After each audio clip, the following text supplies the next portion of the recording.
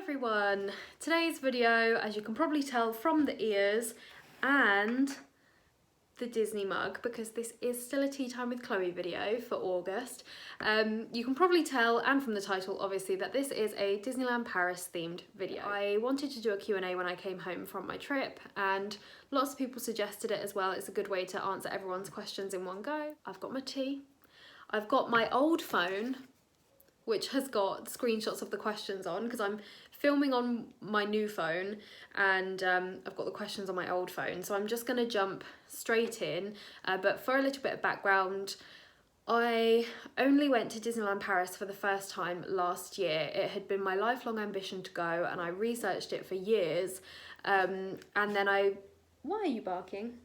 And then I had the opportunity to go last year for my birthday with my boyfriend. I have since been 3 times, and I'm potentially going again in October for the last time for a while, because we are actually going to Florida, Walt Disney World, Florida, in February next year. So I consider myself to be quite knowledgeable about Disneyland Paris at this point, because I have done so many trips in such a short amount of time, and I've really researched it. I'm in lots of groups, and I've been at all different times of year. So yeah, that's your background. Let's jump into the question. The first one is, can you please tell us about the time that you were nearly pickpocketed? This is a popular question. So yes, I will tell you about the time I was nearly pickpocketed. In my pack with me and holiday prep video, I will leave all of these videos in the description, by the way, I explained how I keep my money and my phone and everything safe when I travel, by like where I put it in my backpack and what I keep it in and everything. So go and check that out if you're interested. But I will tell you about the time I nearly got pickpocketed in Paris. So I went on a solo trip to Disneyland Paris last November. I really wanted to see the Christmas season, so I went in November. And in the evening, I watched the fireworks with a friend, and then I went to catch the bus back to my hotel. And when I got there, I noticed that there was a man standing a little sort of short distance away from me. He was by himself. It's hard to describe, but he had like this hat on that was sort of partially covering his face, and something about it just didn't look right. And it sounds silly to say, because obviously I was on my own as well, but part of it was the fact that he was on his own. It just didn't look right, and he looked very shifty. He was sort of like looking around at everyone, you know. And a bus came, and if you've ever been to one of the Disney parks, you'll know that in the evenings after the fireworks, the buses are crazy. So it was very packed, and I had sort of kept an eye on this man because something just didn't look right. And I walked forward to get on the bus, and was sort of waiting in the crowd to get on, and everyone was very packed, sort of closely together. And he had been the other side of the bus stop from me, and all of a sudden he was pressed up behind me, and I could feel his hand in my pocket, and I had jumped away, and he had these big gloves on all of a sudden that he hadn't had on before. And I looked straight at him, and I was sort of like in shock. I looked straight at him, and he looked at me, and then he just ran, like just completely booked it away from the bus. So it was definitely him that had tried to pickpocket me. He clearly was not waiting to get on the bus, otherwise he wouldn't have run away. He was clearly stood there looking for somebody to target, and he had chosen me because I was a young girl by myself, and I had my hands in my pockets while I was waiting for the bus, just because my hands were cold. It was November, it was the night time. I'd had my hands in my pockets, so I wonder if in hindsight he thought that I was like holding my valuables in my pockets. But the joke's on him, because I had nothing in my pockets except my phone charger, and it was the other pocket than the one he had tried to get his hand in. So that was the time I was nearly pickpocketed. It's very important to stay aware of your surroundings wherever you are, not just Paris, and I don't want it to put people off going to Paris, but you do have to be very careful. And also when you are going in and out of the parks, people do try and buy your tickets from you for the most part, so that they can go in and pickpocket. So don't sell your ticket to anyone that you can't, like, who asks you when you come out. I saw some people selling their tickets on this recent trip, and I wanted to be like, why are you doing this? But yeah, that's the time I almost got pickpocketed, and now I'm even more aware when I'm there. The next question is, when is the best time for the cheapest visit and what are your best money saving tips? So it's very important to note that my version of a budget trip and your version of a budget trip might be very different. So one person might think that staying on Disney property but staying in Santa Fe is a budget trip in comparison to like the Disneyland hotel, whereas for me any trip staying on site is not going to be a budget trip, because I work in a school, so I have to go in holidays, like school holidays and weekends, which means that it's always going to be far more expensive for me to go than it is for somebody who isn't tied to school holidays. So my first tip would be, if you can go in term time, go in term time. And also on top of that, Fridays, Saturdays and Sundays tend to be really busy, and obviously more expensive because they are weekends. So if you can go from a Monday to a Thursday or a Monday to Friday, or even like Tuesday to Thursday, some random weekday combination like that, you're going to find that it's much cheaper. Also, apart from this recent trip with my mum, I always stay off site. My personal favourite hotel is the Kyriad, but it's now called the Campanile de France. It's a partner hotel with Disney, so it's still slightly more expensive than some of the other off-site hotels, but it's got free shuttle buses to the parks, and I just find that it's a really nice hotel. It's clean. You can often get a really good deal to have your breakfast included, which I think I did this time as well for October, and I really like it. I think it's great. And my last money saving tip would be definitely to book everything separately, but I'll go into that more in a minute. So I can't tell you what is the cheapest time of year to go because I don't know. I have to go in school holidays or at the weekend, but I do know that any time during term time is going to be cheaper, and I think like January and February tend to be fairly cheap. Disneyland is never going to be cheap, but you know what I mean. But obviously then you've got the inclement weather to deal with because it often snows and is very cold. So you just have to do your research and look into what time would be best for you to go. But like I said, I'll go into more detail about money saving tips in a minute. The next question is, have you ever flown to Disney, and if so, how do you transfer, as in like how do you get from the airport to the parks? So I have flown to Disney. I've flown twice. The flight is really easy and simple. It's like less than an hour most of the time. When we came back on this trip, the flight was 45 minutes. So it's really quick and easy to fly, especially if you live fairly close to an airport. The first time, Will and I decided that we were just going to get a taxi, because whenever we go on holiday, we just get a taxi from the airport to wherever we're staying. But I would not recommend that at all. We got in a taxi and the driver said he knew where to take us. Turned out he didn't know where our hotel was at all, and yet he didn't put it in his sat nav. So he said he would drop us off at Disney, but he took us all the way in through the like official Disney gates to where you go to the car park, and then discovered that he's not allowed to drop off there. So we ended up getting dropped off at the train station, which is right outside the Disney Village. And even though it was his mistake and he had no idea where he was going, and we ended up going round and round and round, he charged us the full fee. We got totally conned by a taxi driver, so I would not recommend that at all. You can get private transfers, which are really pricey, but save you a lot of hassle, and at least they know where they're going. And if you've got kids, they can provide car seats and everything if you let them know in advance. So a private transfer might work for you. You can also get the train. There are 2 different trains. I haven't ever done this, so I can't be really detailed about it, but I know there are 2 trains you can get. There's a fast train and a slow train. The fast train is slightly more expensive. I think it's like 20 or 30 euros per person, but it gets you there really quickly. I believe it is actually the Eurostar that changes at Lille, I think. Don't quote me on that, but I think it might be. And then there's a slow train as well, which is cheaper but takes much longer to get there. And you can go down an escalator in the airport and it takes you to the train station where you get the trains from, and there are ticket booths with actual people in them that you can talk to, or there are electronic ticket machines that you can buy your ticket from. So that's an option as well. And also you can get the Magic Shuttle. So even if you aren't staying at a Disney hotel, you can book yourself onto the Magic Shuttle, and I believe you can get dropped at the train station. I'm not sure, but I think they do also drop people off at the partner hotels too.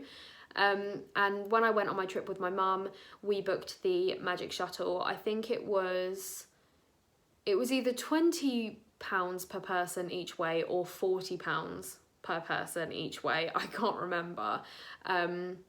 But it was so worth it. It was so easy. A bit tricky to find the Magic Shuttle from the airport, but that was more that we weren't understanding their instructions. But personally, I would recommend the Magic Shuttle because it was by far the easiest way that I have transferred so far. The next question is, do you have any tips about how to stay on a low budget whilst actually in Disneyland Paris? I do, but I'm not very good at following them myself. I always end up spending far more money than I originally intended, but you can do Disney on a budget. So first of all, if you have children and you don't want to spend loads of money on merchandise while you're in the parks, buy it at home in all of the cheap places that sell Disney merchandise and take it with you in your suitcase.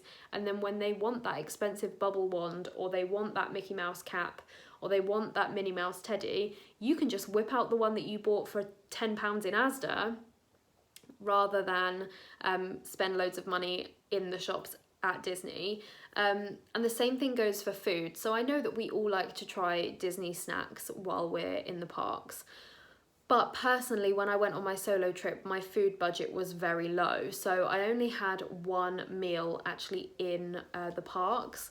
Thankfully, at my hotel, I had breakfast included, so I really filled up on breakfast, and then I took snacks with me in my suitcase. When I got the Eurostar, I had like some crisps, some breakfast bars, just things like that. And I took those with me into the parks, so instead of spending like €5 on a cookie, I could just whip out the breakfast bar that I had. And don't get me wrong, I did buy snacks as well, but it definitely saved me money. And you can do the same with drinks. If you take a water bottle with you, there are lots of water fountains around the parks where you can refill your bottle for free, and you can take like those squeezy little squash things in if you prefer to have squash, and you can put some of that into your water and make yourself a nice bottle of squash instead. I think though in the winter a lot of the fountains don't work, so that's more of like a summer trip, but in November the fountains were working when I went. The next question is, where is the best place to book? I'm booking soon for April next year and need all the tips I can get. Okay, so it depends entirely on whether you want to stay on site or not. And actually one of the next questions is, how do you find all of these things? I look and just see package deals. So these questions kind of tie in together. So personally, I nearly always book everything separately. So the website that I use for hotels is called agoda.com, but there's lots of different websites for hotels, and I try and find the cheapest possible deal across all of those websites, and then I book whichever one suits me the best. Because I have been a couple of times and I've done lots of research, I've made myself aware of which hotels are partner hotels, which ones are slightly further away. So you need to do all of that research beforehand. But like I said, my favourite hotel is the Campanile de France. You can get a really good breakfast there. They even have a little petting zoo. I just really like it. Sorry, Archie was just having another meltdown because he heard someone outside. Gives you a little insight into what it's like to live with this dog sometimes, as much as I love it. So yeah, there are lots of partner hotels, and they've actually recently made a couple more hotels, increased their status to partner status, you know? So if you go on their website, you can view which hotels are partner hotels, the Disneyland Paris website that is, and you can have a look at them all, see which one you like. There's some really good ones for kids, like the Explorers Hotel looks amazing if you've got kids, and then there's like the B&B Hotel, which everyone says it's cheaper than the Campanile de France, but every time I look, the Campanile comes up cheaper, so I don't know like where people are finding these great deals for the hotel B&B, but it's never cheaper when I look. So yeah, there's lots of different options for partner hotels, and I always look at Eurostar and flight prices and compare those. I compare the timing of them as well to see which one is going to give me the best amount of time in the park for my money. And when I travel solo, I can only ever go for 2 days, so I find that the Eurostar nearly always gives me the most time in the park for my money. Even if the flight is like £70, once I've factored in actually getting to the airport and how to get from the airport to Disneyland itself, the Eurostar nearly always comes up trumps. So When I travel solo, I normally book my Eurostar separately. I always keep an eye on prices, and even for my hotel, I always book like book now, pay later, and then I keep checking the prices all the way up until my trip to make sure that I'm getting the best deal. I'm sorry if I'm like rambling. I feel like I'm just saying things as they occur to me. I should have made notes, but booking everything separately always seems to be the best way for me. And then for tickets, I use a website such as Attraction Tickets Direct, Attraction Tix, Picnic, that sort of thing, and they always sell Disneyland Paris tickets for much cheaper than on the gate. Now, if you want to stay actually on Disney property, I would normally recommend just booking it direct through Disney. It might be different at different times of year, and I know that you can actually find the on-property Disney hotels on websites like Expedia and hotels.com, and you might be able to get a better deal through them. But when Mum and I were going at the end of July, we priced it all up separately, and we priced it up through Disney, and Disney came out only about £20 more expensive per person. I think it was actually less than that. I think it was like £12 per person, but we had the knowledge of knowing that it was all in one package, it was all booked through Disney, and that hopefully we wouldn't have any issues once we got there, and we didn't. And we also had the option of paying it off in installments when we booked direct through Disney, which worked much better for both of us.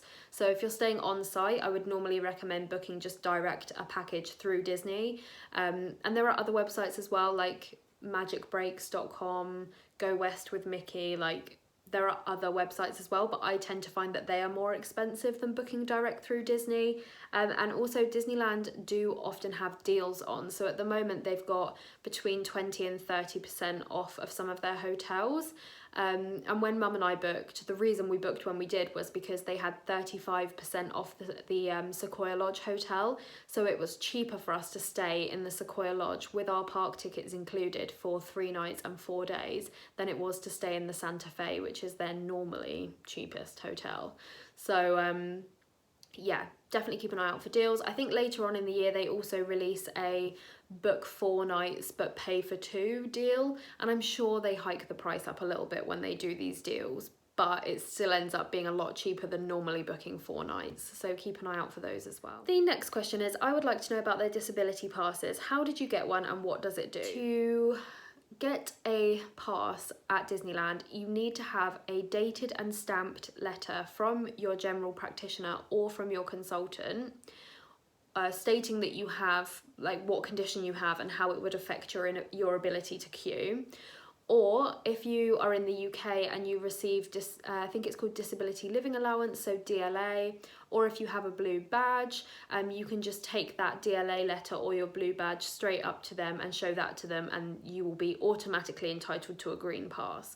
So Disneyland Paris have 2 levels of disability pass. They have an orange pass, which is for, generally speaking, it's for more temporary conditions. So if you're pregnant, you'll probably get an orange pass. If you have broken your leg and your leg's in a cast, you're probably going to get an orange pass. And then the green pass is for lifelong debilitating conditions, permanent disabilities. You know, if you're in a wheelchair, you'll be entitled to a green pass as long as you've got that evidence to state, you know, what your condition is.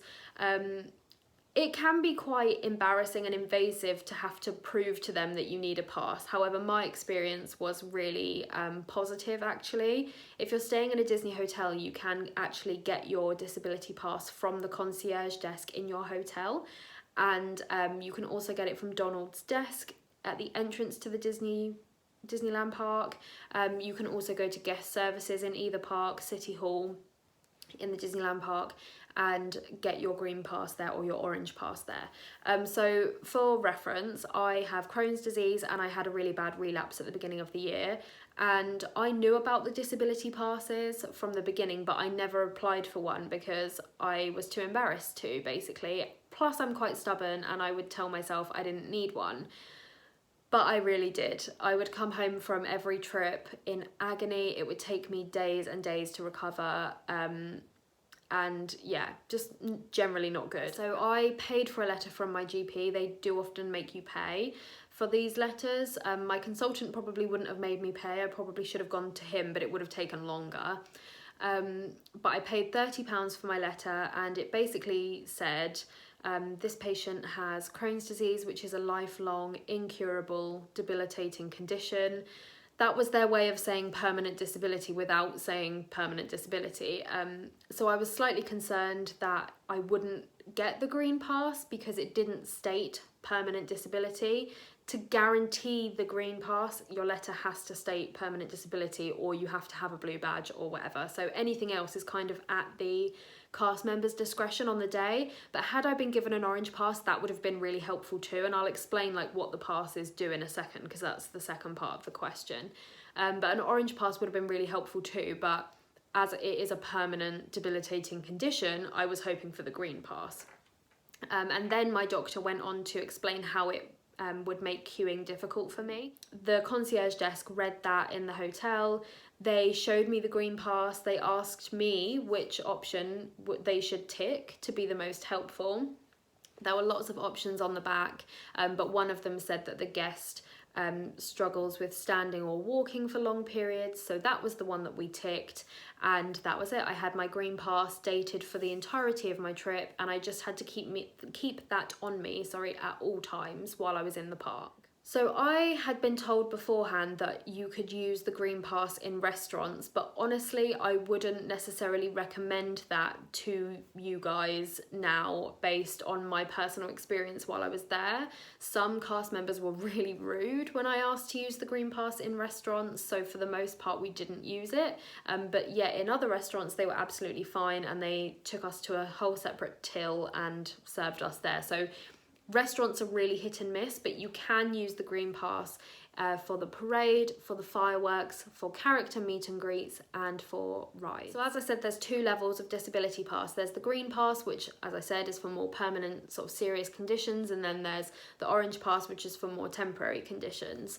And the orange pass, I think you can use it at character meet and greets and on rides, but I don't think you can use it for the fireworks or the parade.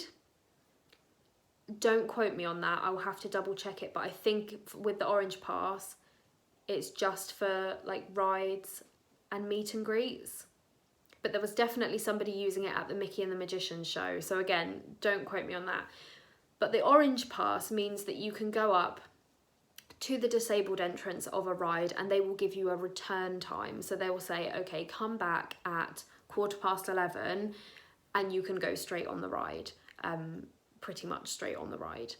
Whereas the green pass allows you to go to the disabled entrance and they will keep you there.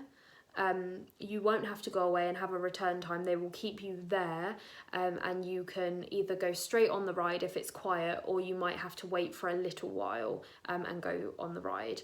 I was really lucky when I was there. I didn't wait more than 5 minutes for anything, honestly, but I have heard of people having to wait for like 20 minutes to get on the ride. But if the queue is well over an hour and you have to wait just 20 minutes, that's still really helpful when you struggle to queue. So yes, that's sort of like the difference between the orange and the green pass, is that the orange pass will give you a return time for rides, whereas the green pass, you wait at the disabled entrance, which is normally the exit of the ride, and you get put straight on, or you have a short wait.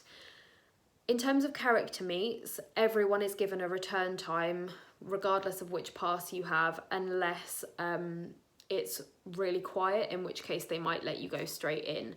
So to get your green pass slot for a character meet, if it's a scheduled meet and greet, so it's in the program, you need to try and get to that character as soon as possible after they start officially meeting people, because some of them start meeting in extra magic time, but they don't give out disability slots in extra magic time. It has to be after their official start time. And the green pass slots go really quickly, especially with popular characters and when it's busy, so you need to get there as soon as you can. You give them your green pass and they give you a return time, so then you can go back. When I used mine, I didn't have any return times longer than half an hour for characters, but honestly, 50% of the time I would say we just queued for the characters because the lines weren't very long. So I can imagine it's a real godsend in busy times to be able to just get a return time. As a green pass holder, we did get to use the separate disabled area for the fireworks and the parade, and it was amazing. The disabled viewing area for the fireworks is right in front of the castle, so we had a completely like unimpeded view. Everyone remained seated. It did get quite packed. We had people practically sitting on top of us, which wasn't great, but the actual viewing area itself was brilliant, and the same for the parade. We used the viewing area for the parade, which is round to the left of the castle. We had a great view of the Jungle Book Jive, and yeah, was great. We also used the green pass for shows, so we used it for Mickey and the Magician, where you get led to a separate waiting area and you are allowed to go in before everyone else and get seated before everyone else. And the same for the current Rhythms of the Pride Land show for the Jungle Book and Lion King Festival.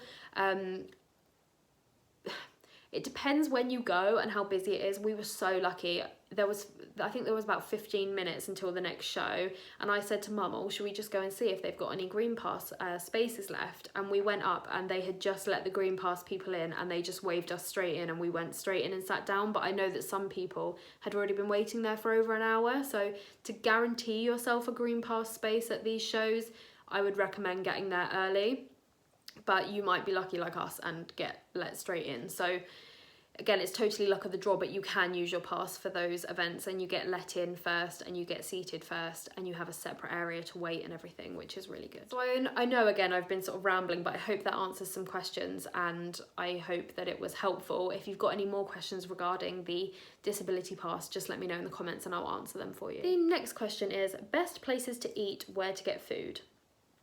Okay, so some of my favourite places to eat were actually in my vlogs, so if you haven't watched my vlogs, definitely watch them. I'll leave them in the description.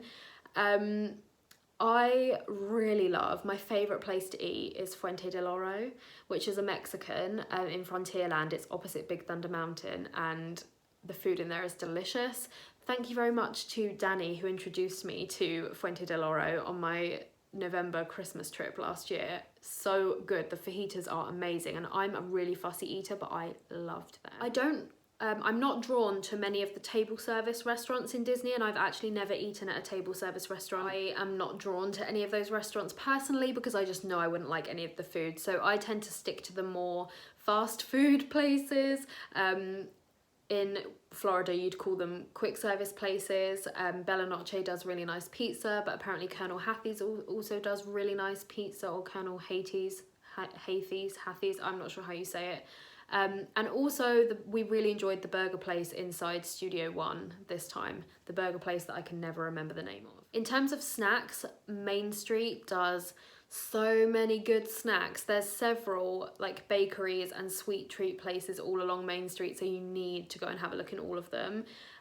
But my number one thing that I really want to try is the mango Dole Whip that they've got currently, but have they ever had it in stock when I've been there? No. So somebody else has put, how does the disability pass work? I've used it at Walt Disney World, but I understand it's different for Disneyland Paris, so I've already kind of answered that. But if you do have any more questions, let me know. Somebody else has asked, where did you stay? We stayed at Sequoia Lodge this time, but like I said, I normally stay in the Campanile de France, which is a Disneyland Paris partner hotel, and that's where I'm hoping to stay again in October, but I'm keeping an eye on prices to make sure I'm getting the best deal. Did your lodge hotel only have one plug socket? Okay, so in my prep with me video, I said that I was taking an extension lead because I had heard that the rooms in Sequoia Lodge only have one plug socket. We ended up having two, however one didn't really work. So we kind of did end up with only one plug socket, so I'm really glad I took my extension lead. What's your personal favourite about Disneyland Paris? Obviously I've only been to Disneyland Paris so far, so I might get this feeling in whatever Disney park I go to, but as soon as I step through those gates, I just feel magical. I feel like I'm a kid again, and like I don't have to worry about anything, and that everything is just perfect. And I just don't know how to describe it. It's just this wonderful, magical feeling I get. The parks themselves are quite small, so it feels very manageable. It feels very doable. It feels like it's not overwhelming when you're there. I mean, personally for me anyway. My first trip was quite overwhelming, but like now I sort of know my way around and I know what I want to do and I know what characters I want to meet and I know how to research my trips properly and everything. It just feels very doable. And that's what I love about Disneyland Paris. I feel like if you research, you can really get such great enjoyment out of your trip. If you know what you want to do and you've done lots of research, you can really do the parks, even in a short amount of time. Whereas currently trying to plan our first trip to Walt Disney World, I feel incredibly overwhelmed. And I almost got upset the other day when I was talking to Will about it, because I was like, we're just going to come away disappointed because we're not going for long enough and we're not going to get anything done and it's going to be terrible. And like, I was being silly basically, but that's how it feels trying to plan another trip to a bigger park. But I also love that there are lots of characters at Disneyland Paris if you know where to look and you've done your research and you get yourself a program and you read everything in the program. There are loads of character meets. You can meet so many characters in a day if that's your priority. So when I go for the Halloween season, characters are 100% going to be my priority. And from posts that I've seen in some of the Florida groups, the character meets at Paris are often a lot more spontaneous. They do still have characters wandering around the parks and stuff in Paris to an extent, which is nice. So I don't know, it just feels really magical there, and that's what I love the most about it. What are the top 5 pieces of advice you would give to a first-time visitor to DLP? So, research. I see so many people in the Disneyland Paris groups upset or complaining about things in Paris, and it's nearly always things that could be solved if they had just researched the trip properly. And I know a lot of people don't like to do loads of research, and I know that some people like to sort of go with the flow, but you can totally go with the flow once you're there if you've done your research beforehand and you sort of know what you're doing. So many people are disappointed and say that they haven't met any characters, but it turns out that they haven't even read the program. My first tip would be do as much research as possible into the rides, the characters, the restaurants, what you want to, like, research what you want to do. Secondly would be, before you go or when you get there, get yourself a program. So if you are in the group Disneyland Paris for Brits, they nearly always have an electronic copy of the program for the upcoming week in the file section. So before you go, have a read of the program, or as soon as you get there, get yourself a program and look at the character meets and the show times if that's what you want to do, and prioritize which ones you want to do, because then you won't go home disappointed saying, oh, I didn't know where the characters were.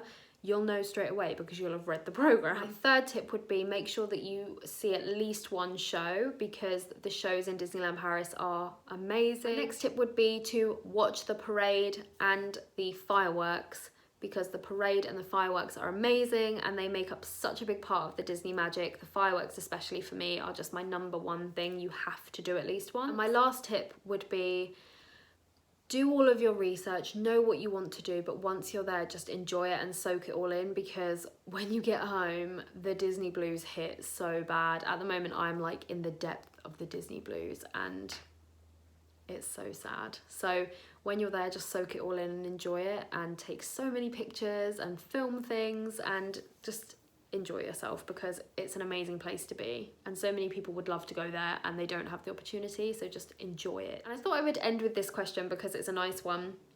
What do you want to do or see at Disneyland Paris that you haven't already done? I just thought this was a really nice question because it made me think about the stuff that I haven't done. It made me realise that there are still quite a lot of things I haven't done. So in terms of rides, there's actually only a few rides that I haven't done, and one of them is Pirates of the Caribbean, which is like a great ride apparently, and it's one of the ones that everyone always does, but I haven't done it, so that's one of the priorities for my October trip. And also I would really like to go on Phantom Manor, which is Paris's version of Haunted Mansion, because again, it's one of their like massive attractions that I haven't been on. To be fair, it was closed for my first 2 trips, and then it's just not really my mum's thing, like just not really my mum's sort of thing. So I would really like to do that on my Halloween trip as well, because obviously like spooky vibes too. And in terms of characters, I would really like to meet Sully from Monsters Inc, but I miss him by a day every time I go. So I'm really hoping that because it's Monsters Inc and it's like, you know, like Scream, Scare, when I'm going, you know, Halloween, I'm really hoping he'll be there, but I highly doubt it because I miss him by a day every time. Other than that, I would really love to see the Halloween, you know, decorations and celebrations, so that's why I'm hoping to go again in October to tick that off my bucket list before I say goodbye to Disneyland Paris for a little while. But yeah, I can't really think of anything else, but definitely like I want to do some rides I haven't been on, and I want to meet some characters I haven't met. I'm really hoping to meet lots of villains when I go in October, if I'm brave enough, and I would love to meet Sully, but who knows. So that is the end of my Disneyland Paris Q&A, I think. Yep, it is. I don't have any more questions. If you have thought of any more questions or you'd like me to clarify something or whatever, leave it in the comments below.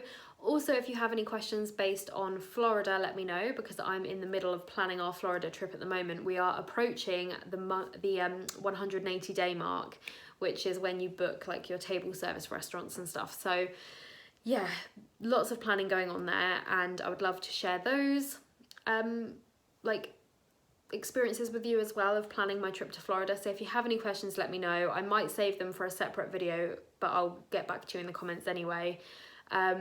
Yeah, we will be back to our regularly scheduled programming now. The next video you see will be a weekly vlog, and I've got a creative journal flip through for you as well, so I hope you're looking forward to that, and I will see you next time. Bye guys.